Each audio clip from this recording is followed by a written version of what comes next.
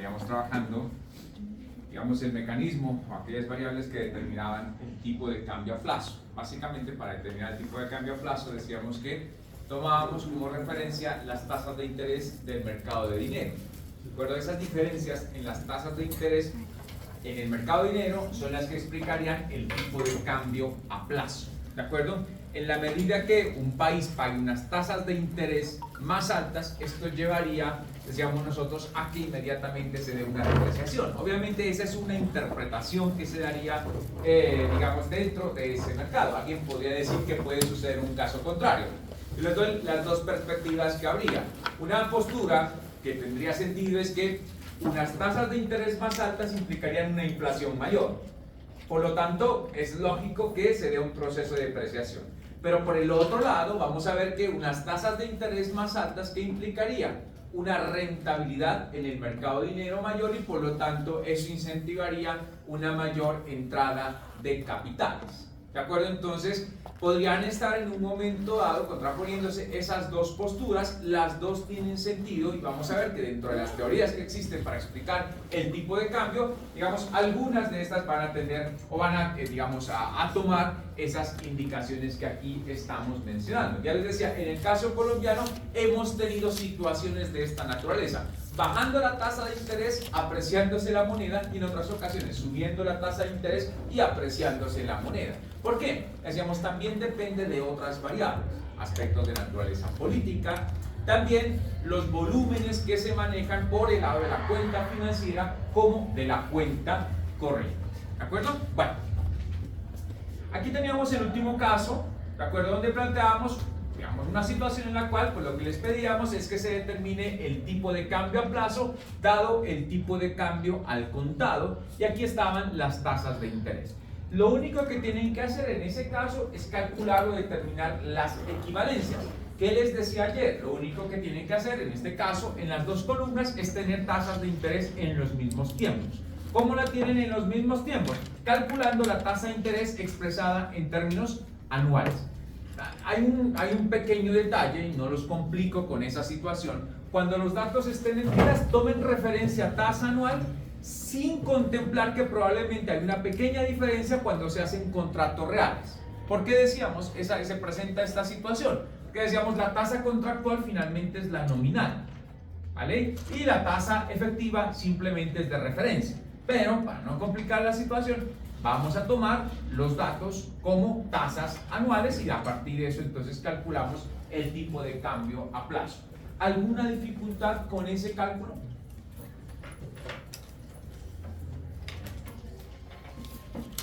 Tengan en cuenta que los datos, como se estaba mostrando, les decía ayer, el único caso que muestra una tasa efectiva es este. En los demás casos son tasas periódicas o tasas efectivas al periodo que tendrían que llevarlas a tasas anuales. ¿De acuerdo? Tendrían que llevarlas a tasas anuales. Es lo único que tienen que hacer. ¿Vale? ¿Hay alguna dificultad con ese cálculo? En Excel hago la apreciación, ¿no? Acá simplemente Excel, digamos, en principio, cuando se utiliza la herramienta Excel, todas las tasas las entiende como si fueran anuales.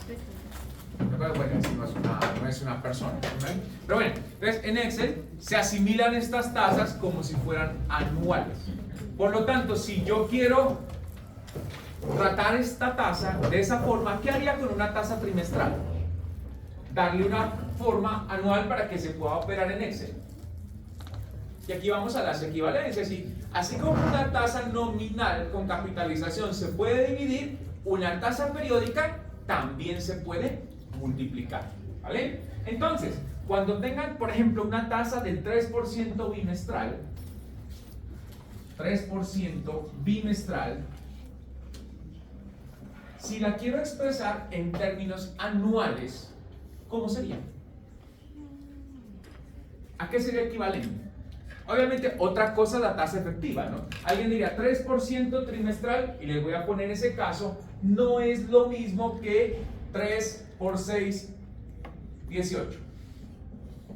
Esto es falso, ¿cierto? Va a ser más que 18. Eso es lo que sabemos por ahora, ¿cierto? ¿Sí? ¿Sí estamos de acuerdo? ¿Sí? ¿Por qué decíamos que eso pasaba? Eso es falso, ¿no?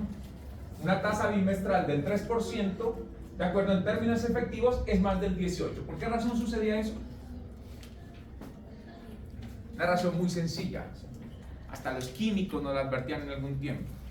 Albert Einstein decía que más que la bomba atómica, lo más fuerte que existe en una sociedad es el interés compuesto. Y aquí está el interés compuesto, ¿no? Sí, claro. Si usted entiende muy bien el interés compuesto, mirará cómo es que aumenta la riqueza. Claro, en algunas oportunidades hay un elemento que mencionamos, ¿no? Es que la persona o los países que tienen más capital, tienen más posibilidades de invertir, el mismo capital se va reproduciendo. Entre otras cosas, por esa propiedad, la propiedad del interés compuesto. ¿De acuerdo? ¿Por qué razón la tasa de interés efectiva es superior a esta? ¿Se han entendido el interés compuesto? Me dan respuesta. ¿Tiene el título? No es nada del otro mundo. ¿Por qué razón? Porque los intereses se van sumando. Los intereses se van sumando a la base y sobre esos intereses se pagan nuevamente intereses.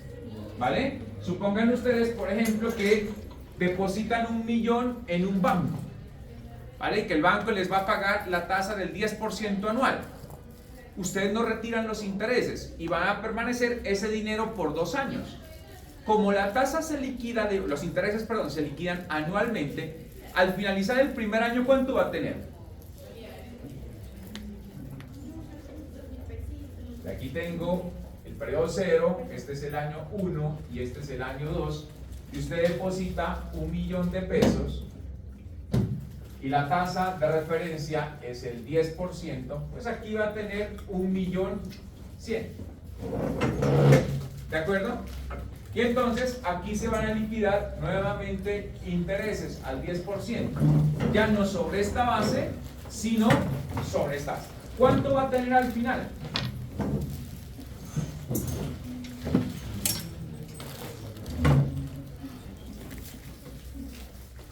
¿Cuánto va a tener al final?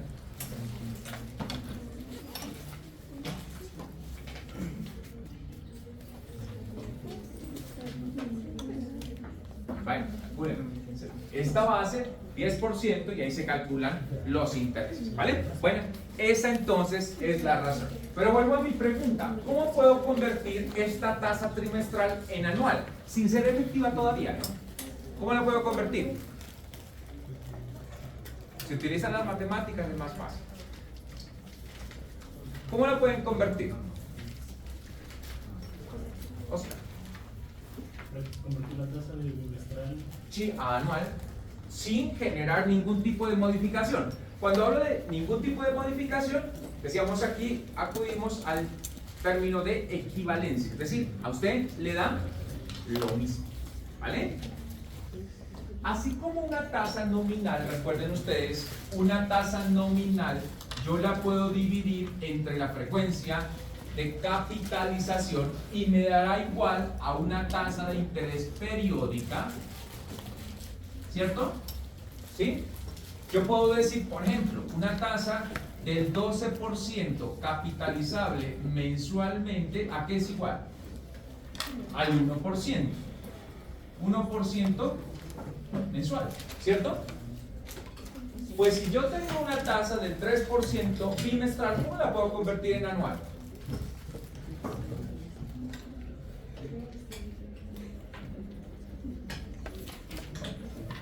Gina, ¿cómo puedo convertir esa tasa en anual?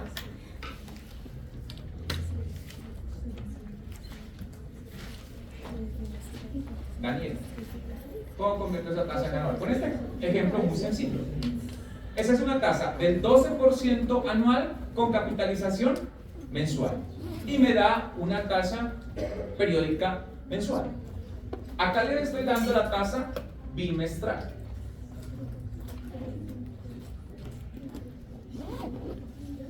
¿Cómo la convierto en anual? Pues sencillo, ¿no? Simplemente será multiplicar, miren ustedes, si hacen este ejercicio, multiplicar 3 por ¿cuánto? Por 6, 18. Entonces será 18% anual capitalizable bimestralmente, ¿cierto?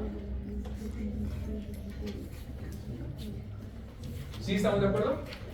Entonces, esto, decir que tenemos una tasa 3% bimestral, es lo mismo que decir que tengo una tasa del 18% anual con capitalización bimestral. ¿Sí?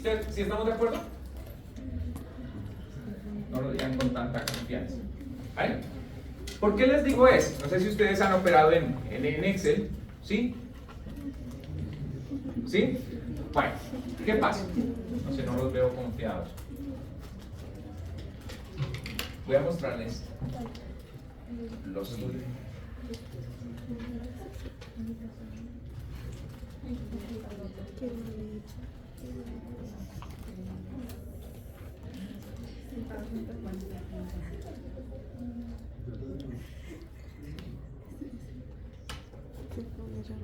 Mira acá. Sí, ¿no?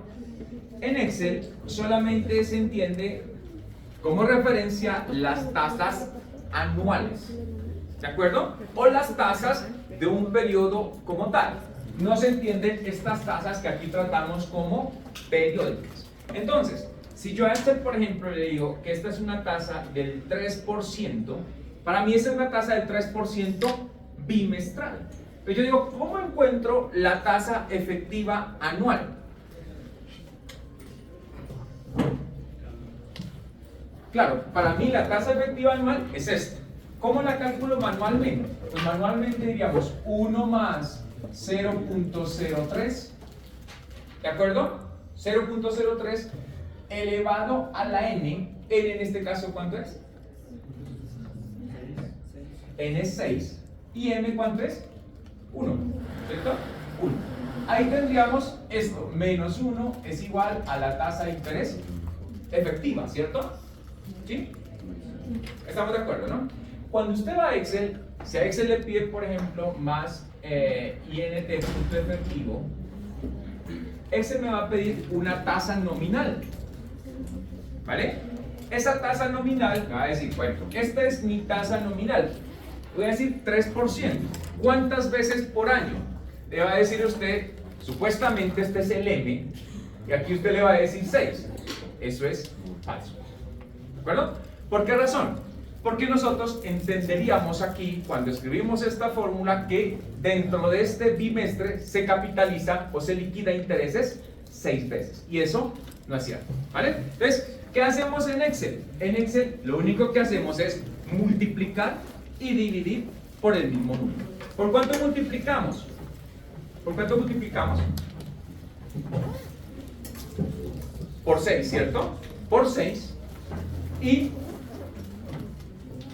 dividimos por 6. ¿Por qué digo dividimos? Porque nosotros aquí estamos contemplando la frecuencia de capitalización, ¿vale?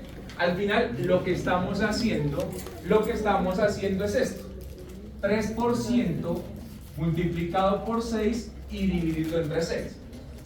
Con esto pues no afectaríamos el resultado, ¿vale?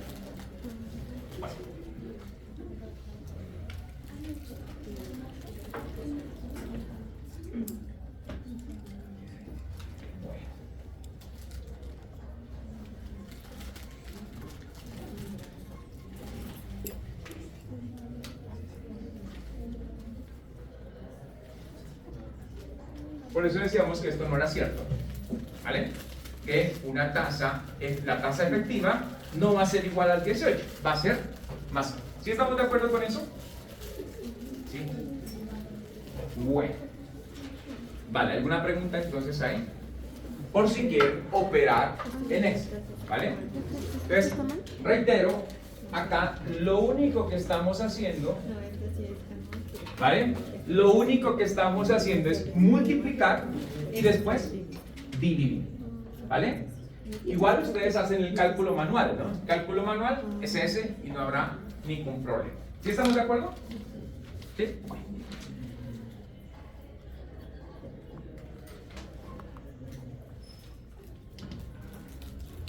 Regresamos acá. Miren ustedes, en todos los casos operarán de esta manera. En este caso, María Paula, por ejemplo, 6.5% semestral en términos anuales, ¿a qué se debe equivalente?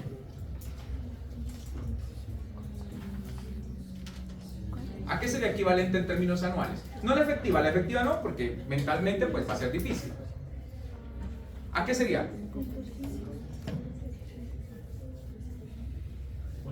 Esta tasa, 6.5.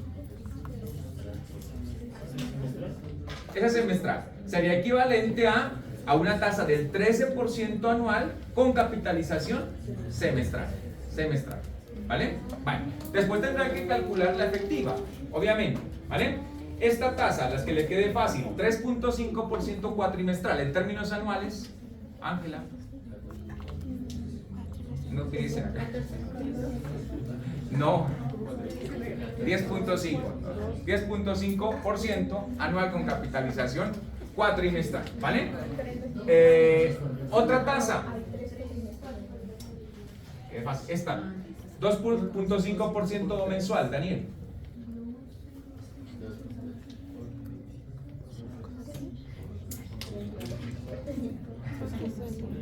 Prohibido el uso de la calculadora en el examen. 30% anual con capitalización mensual. Entonces, esas sí son equivalentes. Recuerden que nosotros decíamos, las tasas nominales se pueden dividir, las tasas efectivas no. ¿De acuerdo? Yo no puedo dividir, recuerden el ejercicio, nos da 19 y algo. Yo no puedo llegar y decir, la divido entre 6. Eso no es cierto. ¿Vale? Bueno, ¿sí estamos de acuerdo? Bueno. Ya hemos realizado cálculos del tipo de cambio a plazo, ¿de acuerdo?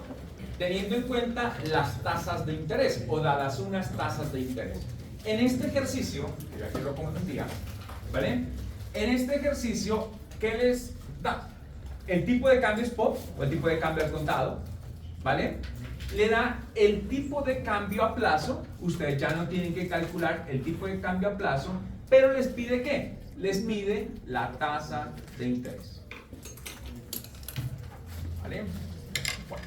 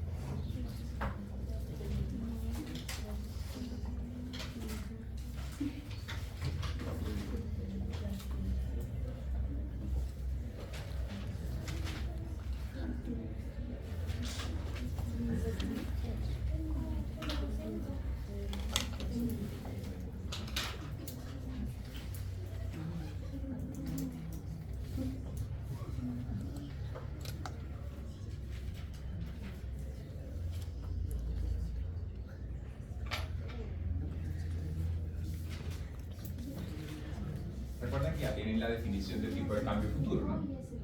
Tipo de cambio, entonces, futuro, decíamos A sobre B, va a ser igual al tipo de cambio spot, ¿vale? Multiplicado por 1 más la tasa de interés en el mercado A, y esto N sobre 360, dividido entre 1 más el tipo de interés en el mercado B, multiplicado por N sobre 360. Bueno, ya tienen esto y tienen una de las tasas de interés, ¿vale? La del denominador ya la tienen, ¿no? Todos los casos tienen la del denominador.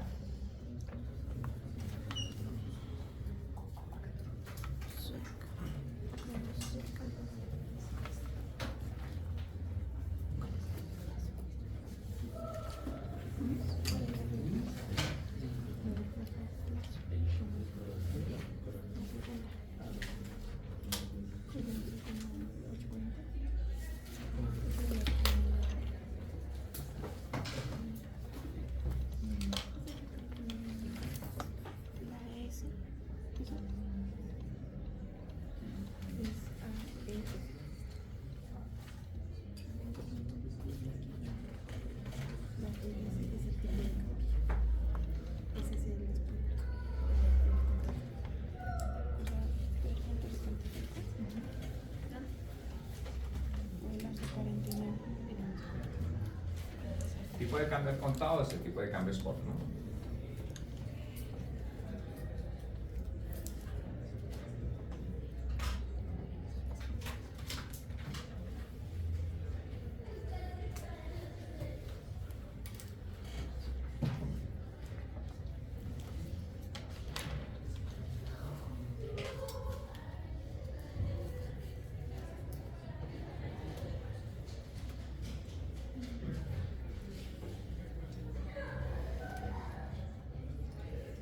Igual ustedes pueden comprobar al final si está bien, pues dado el tipo de cambio spot con la tasa de interés que encuentren, eso debe darles el tipo de cambio futuro, ¿cierto?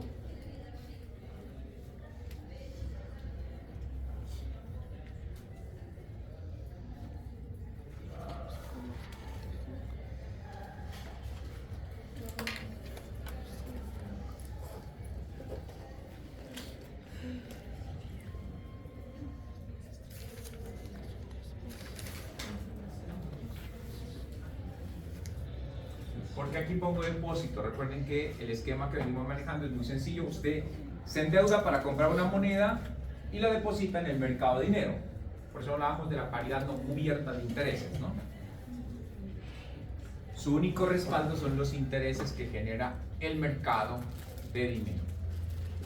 Por lo demás, usted asume, ¿de acuerdo?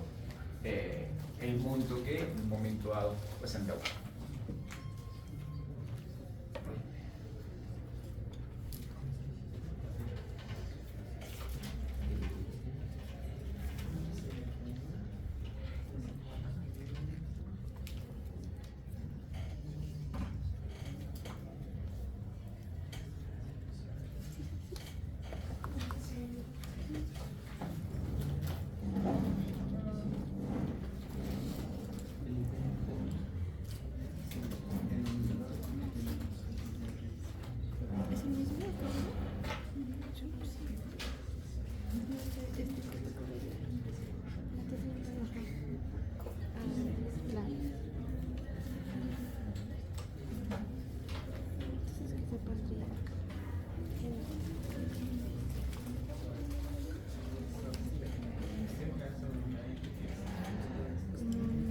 N como son 3 meses, aquí está en días, ¿no? Entonces en este siempre va a ser 90 sobre 360. Si quieren un cuarto, de una vez 0.25.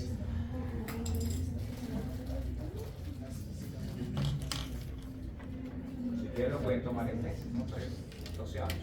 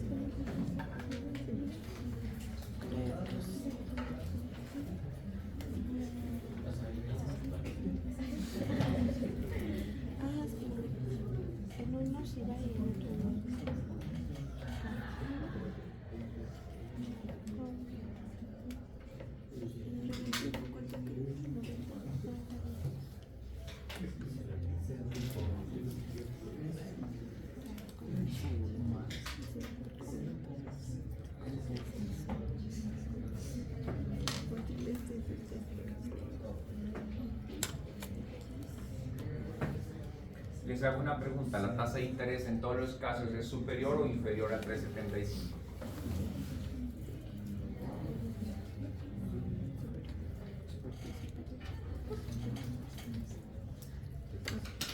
El dinero es superior o inferior. Porque Juan Manuel.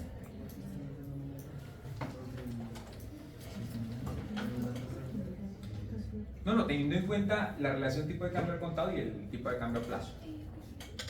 Siempre que resolvemos este ejercicio, esos ejercicios decimos que no puede dar, ¿no?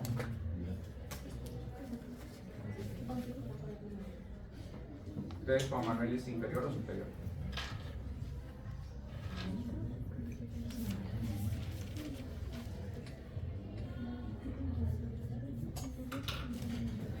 En todos los casos tienen que ser superior. superior, ¿no? Demuéstrenlo, ¿no? ¿Por qué razón? Una razón muy básica. Si el tipo de cambio al contado es 11.49 y este es 11.84, el cociente tiene que ser superior a 1. ¿Vale? Y para que sea superior a 1, pues la tasa que está en el numerador tiene que ser superior a la que está en el denominador. No hay otra posibilidad. Y lo pueden comprobar.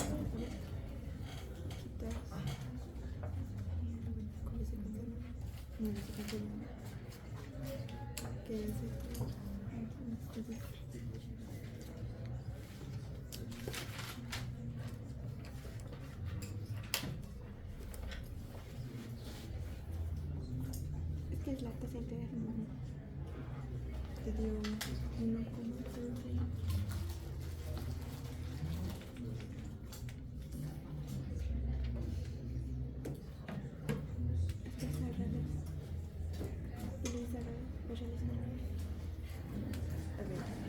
El de contado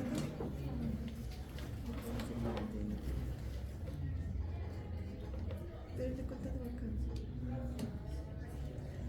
pues le dije este de acá es por ese es el contado.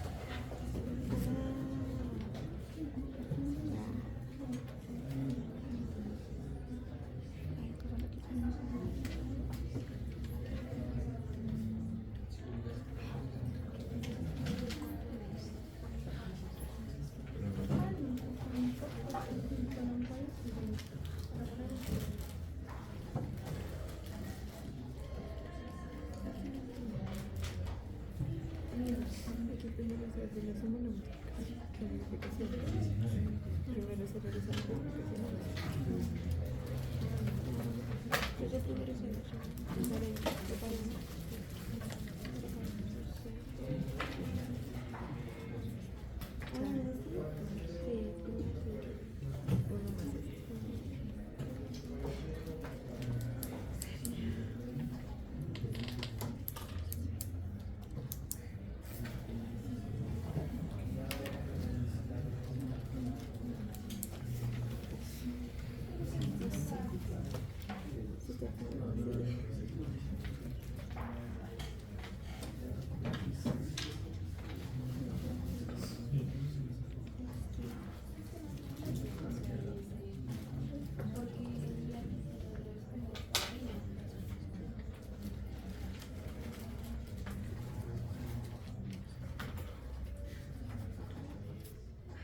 ¿Listo?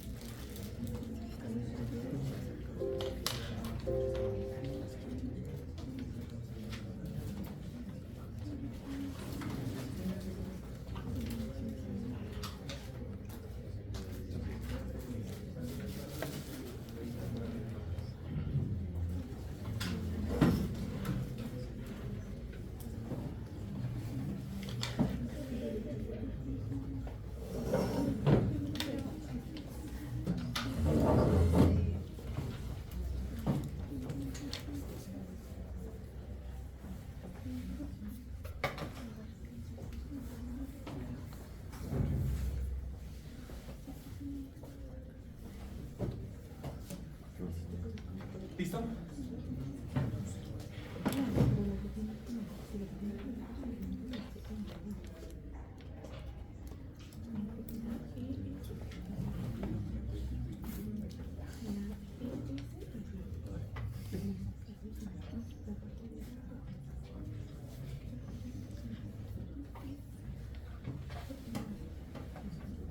Pero mira, incluso los de 49 adelante.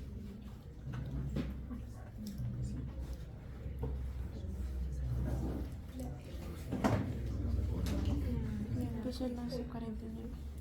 Pero el otro. Ah, Este tiene la razón. y me dije, ¿cuánto te dio? ¿Cuánto fue de que? Del 6%. 6%. No, ya no sé. Ah, es que toca. ¿Sí? Todavía no.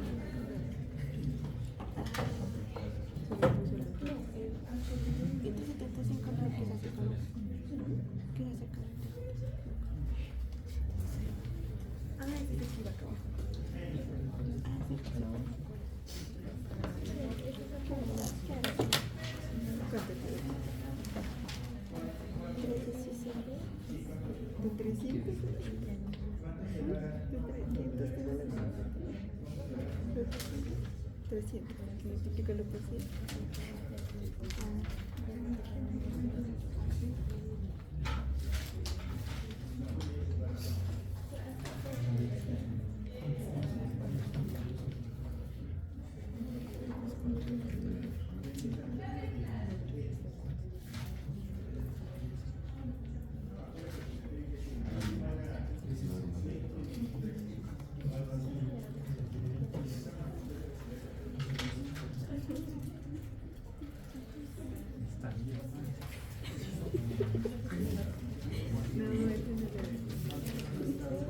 ¿Te va a estar saliendo? Es que estoy despegando.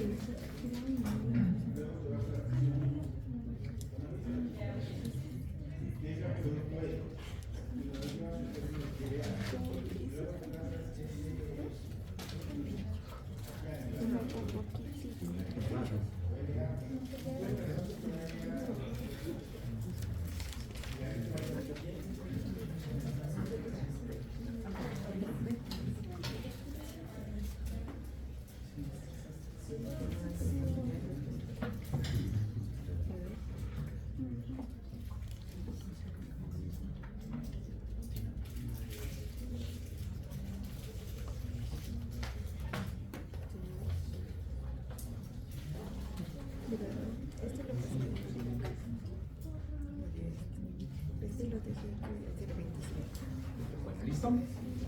Sí, sin problema. Vamos a continuar, ¿vale?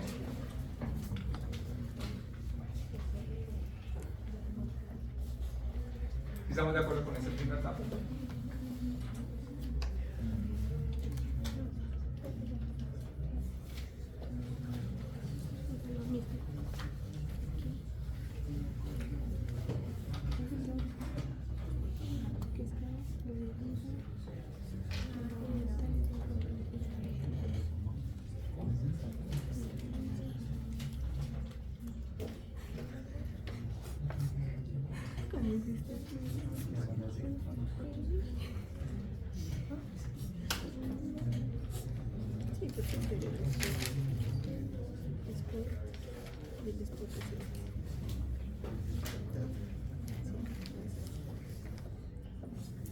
¿Tú le dijiste que es así o le cambias?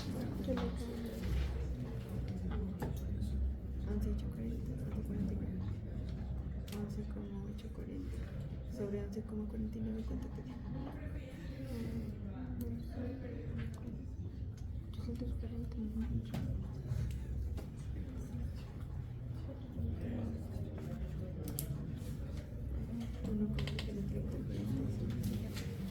Después, ¿tú qué hiciste? Yo lo multipliqué este por este y este por este. Sino que este como el alto no tiene que ser como 25. Porque 0,25. Y este pues lo hice directamente en el computador. Yo sé de la sí, después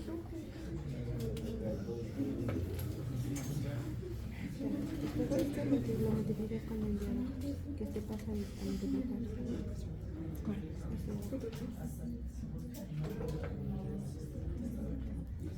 Pero ya con el valor, ¿no? Claro, este pasa acá a multiplicar. Bueno, continuamos entonces, ¿vale? Decía, para comprobar únicamente tienen que hacer la prueba, ¿vale? Bueno. Vamos a un tema importante dentro del mercado de divisas. Les digo por qué en el mercado de divisas, porque esta es una particularidad que tiene este mercado. Hay dos características fundamentales en el mercado de divisas, ya hemos mencionado. Una es la profundidad y la segunda es la liquidez. ¿De acuerdo? Entonces decíamos que ¿Por qué hablamos de profundidad en el mercado de divisas? Porque las transacciones que se hacen son muy grandes, o los montos que se transan en los mercados de divisas son muy altos. Si sumamos todas las transacciones, por ejemplo, que se hacen en dólares en el mundo cada día, pues los valores digamos, son muy representativos dentro del mercado de activos y particularmente dentro del mercado de capitales. ¿Y por qué es un mercado también muy líquido? Cuando un mercado es muy líquido, ¿qué indicador me mueve la liquidez? Perdón, me muestra la liquidez. Pues ya habíamos mirado la definición de lo que es liquidez, ¿no? La capacidad que tiene un activo para transformarse en dinero, que no le genere a usted gastos, que no le genere costos de transacción como tal. ¿De acuerdo? Entonces decíamos, en la medida que se hagan más transacciones, va a ser más fácil deshacerse de ese activo sin generar pérdidas considerables. Si ustedes van a una casa de cambio, por ejemplo, ¿qué van a encontrar? Que el diferencial entre el precio a la compra y el precio a la venta, en el caso del dólar, es más bajo. ¿De acuerdo? Por ejemplo, hoy que estamos con una tasa de cambio, hoy quedó como en 3.960, algo así. ¿De acuerdo? Entonces, claro, las cajas de cambio no van a vender a los mismos precios del dólar, pero no hay un gran diferencial. A usted le van a vender probablemente a 4.000 pesos el dólar. ¿A cómo se lo van a comprar? Probablemente se lo compran a 3.900 o 3.850. Pero si va a comprar euros, por ejemplo, hoy el euro estará más o menos a 4.350. ¿El euro a cómo se lo van a vender? ¿Cómo creen que lo van a vender?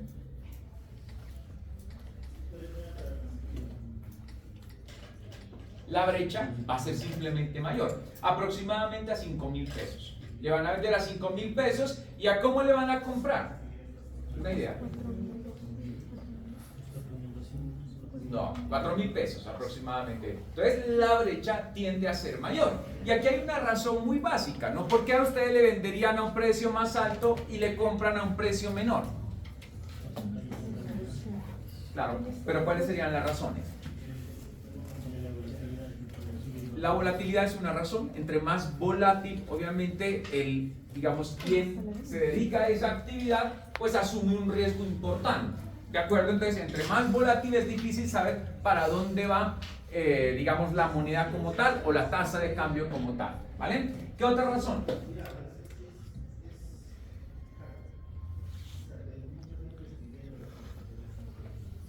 ¿Qué otra razón habrá? El grado de competencia entre, ¿de acuerdo? Entre, en este caso, los agentes que actúan dentro de este mercado. Ya hablábamos y aquí actúan, decíamos, fundamentalmente los bancos comerciales. ¿De acuerdo? Fundamentalmente los bancos comerciales. Después decíamos, hay otras instituciones, ¿de acuerdo? Y hay otros jugadores dentro de este mercado que son muy importantes. Hablábamos de los bancos centrales. Decíamos, incluso las mismas empresas que necesitan divisas como tal. Entonces, a mayor competencia, ¿de acuerdo? Menor va a ser el margen, algo que ustedes allá en la microeconomía también lo estudiaron. En la medida que haya más competidores dentro de ese mercado, pues el margen tiende a reducirse como tal. Entonces, ese va a ser un elemento importante que va a aparecer dentro de este mercado. Pues si ustedes en el caso del mercado de divisas, por ejemplo, van a comprar al aeropuerto, ¿qué pasa en un aeropuerto? Los precios van a ser más altos. ¿Por qué? Ustedes allá van a encontrar 3, 4, 5 casas de cambio. ¿De acuerdo? Así, tasas. ¿De acuerdo? Entonces, los precios a los cuales le venden van a ser mayores. En Bogotá, si usted va al aeropuerto a comprar euros, le venderán a 5.000, pero aquí podemos consultar y mostrar los datos de Vancouver, una de las casas de cambio. ¿Vale? Entonces, claro, allá le venden a 4.400 pesos. Otro dato importante en este mercado, y es que, decíamos, a pesar de que uno supone que los precios son iguales, hay diferencias. ¿De acuerdo? Digamos, una cosa es que vaya a comprar esos dólares un banco y otra cosa es que vaya un turista que necesita solamente algunos euros, algunos dólares. En el mercado va a cambiar el precio dependiendo de qué. Como en todo bien, al final como en todo activo, depende de qué. ¿Sí? De acuerdo, y de las cantidades también. No es lo mismo comprar 100 euros que comprar 1.000, que comprar 10.000, 100.000 o 1.000.000 de euros. No es lo mismo. ¿De acuerdo? Incluso en el mercado Si quieren ustedes consulten, por ejemplo, Casa de Cambio Vancouver, no es lo mismo comprar billetes de 100 euros que billetes de 200 euros, ¿de acuerdo? Que billetes de 500 euros. ¿Cuáles son más baratos? Los de 500 son más baratos. Porque es más difícil deshacerse de eso, ¿no? Usted va a comprar, bueno, 500 euros resulta un tanto complicado. Lo mismo pasa con los dólares, ¿vale? Entonces, esa es una característica importante. No obstante, nos aparece un concepto aquí que ya lo habíamos mencionado anteriormente, que es el arbitraje de divisas. ¿Qué es una operación de arbitraje? Sencillamente, lo que hace un inversionista o lo que hace un agente es aprovechar esos pequeños diferenciales que existen entre dos mercados, ¿de acuerdo? Nos vamos al mercado de bienes, que ustedes ya lo estudiaron en el anterior semestre. ¿Qué pasa en el mercado de bienes? En la medida que haya un pequeño diferencial entre uno y otro mercado, ¿qué va a pasar? Pues usted va a buscar comprar en el mercado barato para vender en un mercado caro, o donde le paguen un precio más alto o le paguen un precio mayor. Esa es toda la lógica del arbitraje. ¿Qué características tiene el arbitraje? Que el riesgo que se asume es cero. ¿De acuerdo? ¿Qué condición tiene en una operación de arbitraje? Que cuando usted hace una operación, ¿de acuerdo? La hace en los dos sentidos prácticamente de manera simultánea. Compra en una parte y inmediatamente ya tiene la venta establecida. ¿De acuerdo? Ahora, ¿por qué razones surge el arbitraje? Básicamente, vamos a ver desde el punto de vista ya matemático, el arbitraje ocurre porque los tipos de cambio directos no coinciden con los tipos de cambio cruzados. ¿De acuerdo? Los tipos de cambio directos no coinciden con los tipos de cambio cruzados. ¿Por qué razón? Imagínense ustedes, entonces, yo quiero comprar dólares con pesos. ¿De acuerdo? Yo podría comprar dólares con pesos. Hoy tendría que pagar sin preguntar las diferencias entre el precio a la venta y el precio a la compra. Yo podría ir simplemente a una casa de cambio. Si soy un agente pues más grande, puedo ir a un banco comercial a que me venda dólares. Entrego una cantidad de pesos. ¿De acuerdo? Yo podría entregar hoy 3.960 pesos por dólar. Pero a alguien se le ocurre en un momento dado que podría irse por una vía más larga. ¿Cuál? Para obtener dólares. Juan Camilo, ¿qué podría hacer? Yo quiero dólares, pero no quiero comprarlos directamente porque encontré un camino un poco más largo, pero que probablemente a mí me genera un beneficio.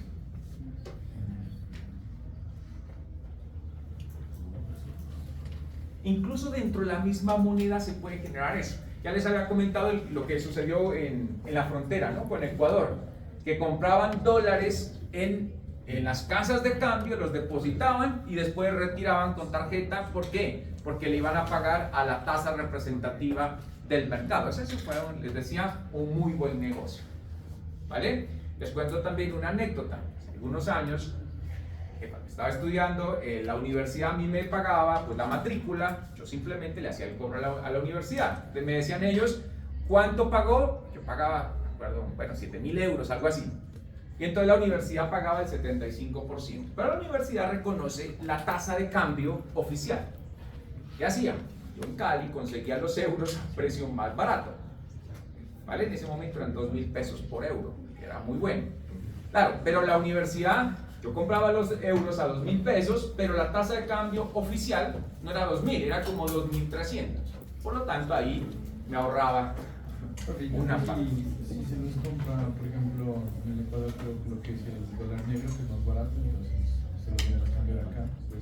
Pues esa es una característica que en nuestro país existe y es una particularidad de Colombia, esa diferencia tan grande en algunos momentos, ¿no? Entre el precio en casas de cambio y el precio y la tasa representativa del mercado. Pero bueno, más allá de eso, Juan Camilo, si quiero ir por una vía más larga, ¿qué podría hacer?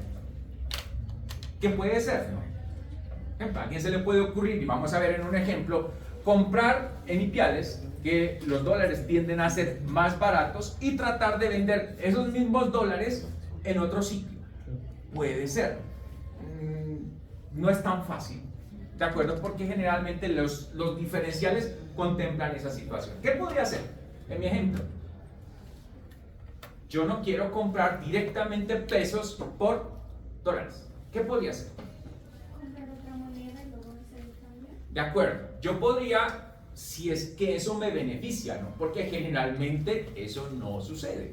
¿De acuerdo? Entonces yo podría hacer es comprar euros, ¿de acuerdo? Y con los euros comprar dólares.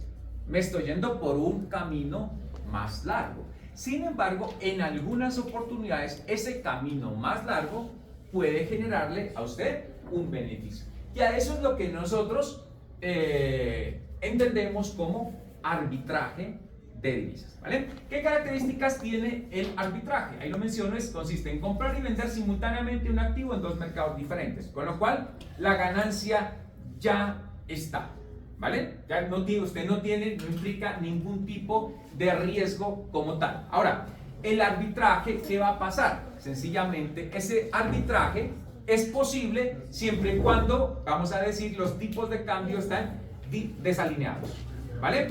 Pero eso no se va a mantener todo el tiempo. Esos diferenciales van a tender a eliminarse. Porque si se mantiene todo el tiempo, ¿qué pasaría? Pues sería un negocio seguro. Claro, el que está haciendo ese tipo de negocios, pues nuevamente va a tener la intención de realizarlo hasta que al final esos diferenciales terminan eliminados, ¿vale? Entonces, las opciones de arbitraje no van a permanecer por mucho tiempo. Pues si usted conoce que comprando euros y después con euros comprando dólares está generando un beneficio, pues otras personas estarían interesadas en hacer exactamente lo mismo. Lo que ocurrió, les decía, con el Ecuador, resulta que muchas personas del centro del país empezaron a viajar a Tulcán a hacer las mismas operaciones hasta que al final se establecieron unas normas, unas reglas para impedir ese tipo de situaciones, ya sea desde el punto de vista legal o simplemente por reacción del mercado como tal. ¿Estamos de acuerdo? Bueno, ¿alguna pregunta relacionada con el arbitraje? Vamos a empezar con unos ejemplos muy sencillos. ¿De acuerdo? Aquí no requieren hacer ninguna operación. Sin embargo, les empiezo a dar algunos datos. Es importante que en los mercados ustedes se van a encontrar estos dos precios. Precio a la compra, precio a la venta. ¿Cuánto le pagan a usted? ¿Cuándo va a vender? El precio a la compra. Recuerden que es contraintuitivo, pero le van a pagar esto. Si usted entonces va a venderle dólares a una casa de cambio, ¿a cómo le compran? A este precio. ¿A cómo le venden? ¿Vale? Bueno. Aquí tengo un error, perdón. Sí, aquí hay un error, era 3.995, porque lo contrario, claro, le compran a ese precio y le venden al otro. Me pareció extraño la hora. Cambiemos esta.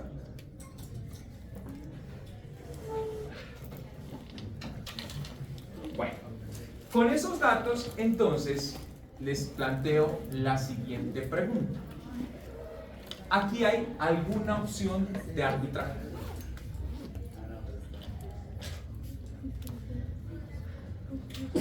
Miren ustedes, tipo de cambio peso-dólar en Colombia, tipo de cambio peso-dólar en los Estados Unidos.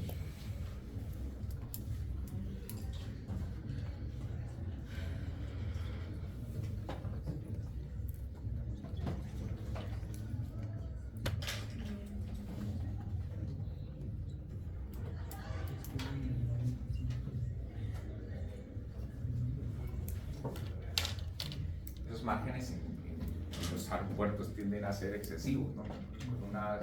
Un momento donde el dólar estaba como a 3.500, en el aeropuerto le pagaban en pesos, ¿no? Le pagaban como 2.000 pesos. Bueno. Reitero la pregunta. Dime. No.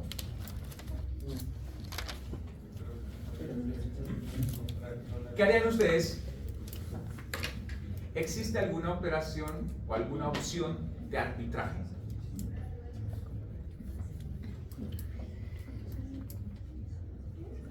Siempre decíamos, el tipo de cambio a la compra siempre va a ser inferior al tipo de cambio a la venta, ¿no?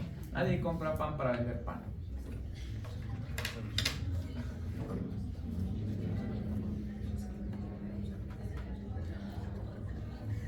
Liliana, ¿hay alguna opción de arbitraje ahí?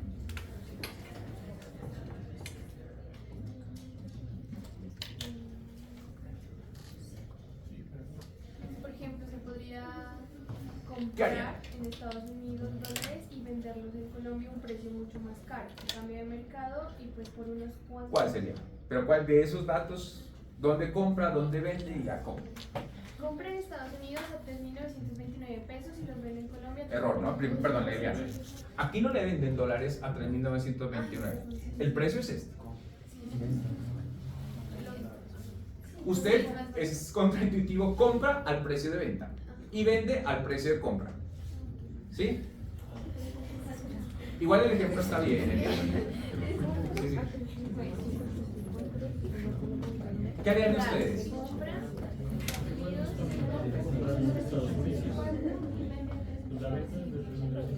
Sí, de acuerdo, de acuerdo. Entonces, ¿cuál sería la operación de arbitraje? Correcto, correcto. ¿Tu nombre? Angie. Entonces, Angie lo que haría es comprar en Estados Unidos a 3.964 pesos por dólar y venderlos en Colombia a 3.987. ¿Cuánto va a ganar? 23 pesos por dólar. Alguien diría, pues eso es muy poquito, pero si usted pone una cifra alta, ¿de acuerdo? Entonces, en la cantidad que se mueve dentro de este mercado, al final terminará siendo una cifra significativa. Tengan en cuenta entonces cómo operan aquí el arbitraje como tal. Obviamente, si existe esa opción, aquí habrían problemas, ¿claro? ¿Qué problemas habría? La operación ahí es sencilla, ¿no? Pero en la realidad tiene algunos inconvenientes. Aquí no le hemos agregado una cuestión que es real, ¿no? ¿Sí? pues los costos de transacción que involucra la compra y la venta. Ya, de acuerdo, de acuerdo. Por ejemplo, en Colombia, ¿qué costo de transacción tendríamos? Un costo importante. El 4 por mil. ¿De acuerdo? El 4 por mil. Entonces, miren ustedes que en algunas ocasiones, ¿qué es lo que sucede? A pesar de tener esos pequeños diferenciales, si existen costos de transacción, ¿de acuerdo? Va a ser muy difícil. Es lo mismo que ustedes estudiaron allá en la economía internacional. Los precios de los bienes entre los países son distintos para el mismo bien. Sin embargo, en ocasiones es complejo llevar un bien de un país a otro precisamente por los costos de transacción como tal. Por eso las transacciones, digamos, más grandes son paraísos fiscales como Suiza y las cuentas extranjeras, para que no tengan estos costos tan elevados. Ya, de acuerdo, de acuerdo. Además, los costos de transacción son más bajos cuando los volúmenes tienden a ser mayores, ¿de acuerdo? Entonces, cuantías pequeñas, realmente los costos de transacción pues no justifican que se hagan movimientos de capital como tal. Pero como una empresa, digamos, en el caso de Colombia, una empresa colombiana es mejor tener una cuenta extranjera para hacer este tipo de transacciones. Las empresas que están dedicadas a ese tipo de actividades, claro, para ellos es mejor, por ejemplo, tener una parte de sus recursos directamente en dólares que estar haciendo la conversión como tal, por todas las implicaciones que eso tiene. ¿Vale? Entonces, por ejemplo, si en Colombia les decía, a mí se me ocurre en un momento comprar dólares como tal, mientras hago la transacción, les decía, en un banco le cobran 25 dólares más un porcentaje del monto como tal. Entonces, ahí, ¿qué va a pasar? Pues eso no se justifica. Aquí vamos a suponer que esos costos de transacción no existen, ¿vale? O son cero. Sin embargo, en la realidad sí existen. ¿Dónde los costos de transacción son más bajos? Decíamos, cuando las cuantías son mayores y también depende del tipo de agente. Cuando son los mismos bancos los que hacen los movimientos, esos costos de transacción pues tienden a disminuir, ¿vale? Hasta ahí sí entendemos el concepto de arbitraje. ¿Sí? Vamos poniéndole un poquito más de complejidad al asunto, ¿vale? Por favor, aquí tienen dos mercados, el mercado A y el mercado B. Y planteo pues varias preguntas. En principio, determinen ustedes si hay posibilidad de arbitraje. ¿De acuerdo? Lo segundo, ¿en qué sentido es el arbitraje? Recuerden que el arbitraje, ¿de qué se trata? De comprar barato y vender caro.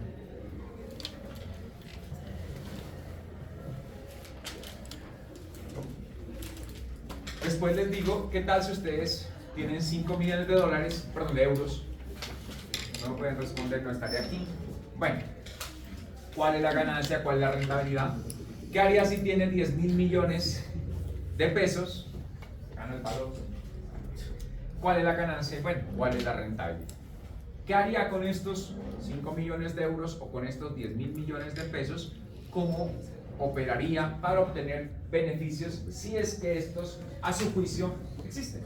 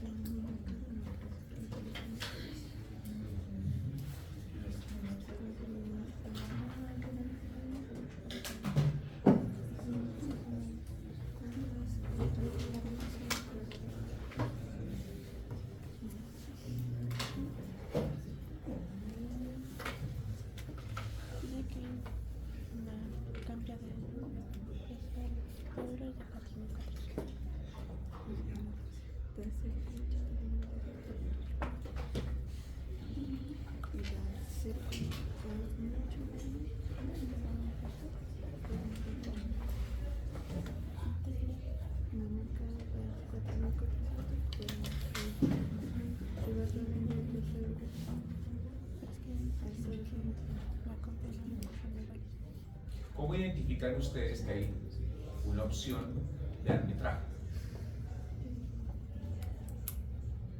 Teóricamente, Geraldine, ¿cuándo existe diferencia entre qué?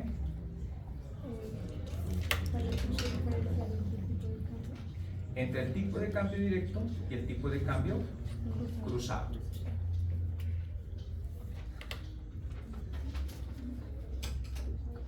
Pues ahí ustedes siempre tendrán que encontrar el tipo de cambio directo y el tipo de cambio cruzado y compararlos.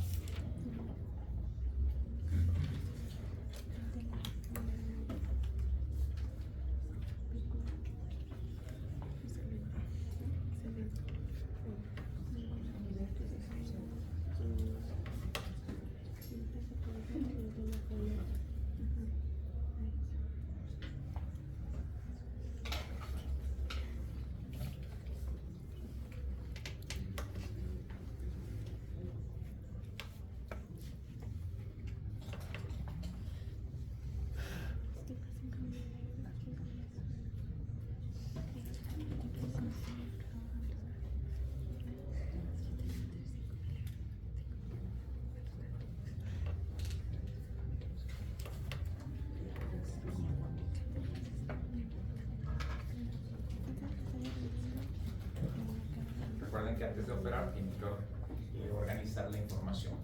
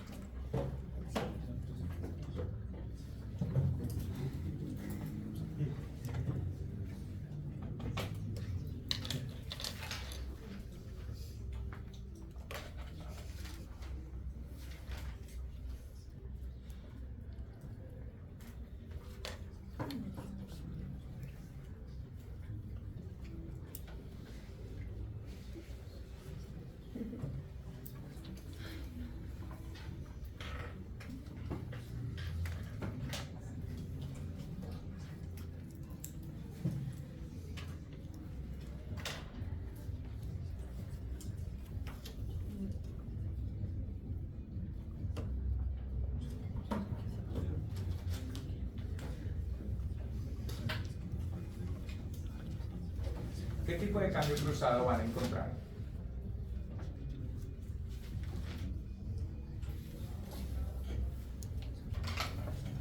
Karen, ¿qué tipo de cambio cruzado van a encontrar? Sería como la primera pregunta, ¿no?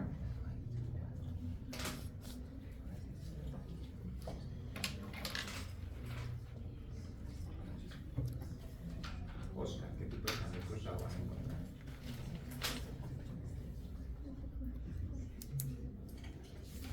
Si comprando dólares, puede llegar a comprar euros. Con esa información, ¿cómo está ahí? Complicado. Claro, por eso les preguntaba, ¿qué tipo de cambio cruzado van a encontrar?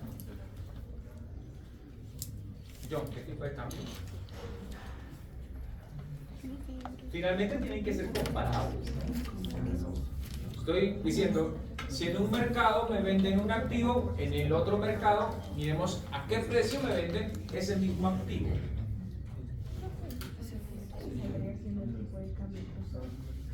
¿Qué sería el tipo de cambio cruzado? Esa es la pregunta que les estoy haciendo a ustedes. No, ¿cuál aquí tenemos un dato. Si yo tengo el dato del tipo de cambio peso-euro, del otro mercado que necesito, pues el tipo de cambio peso-euro. Calculen.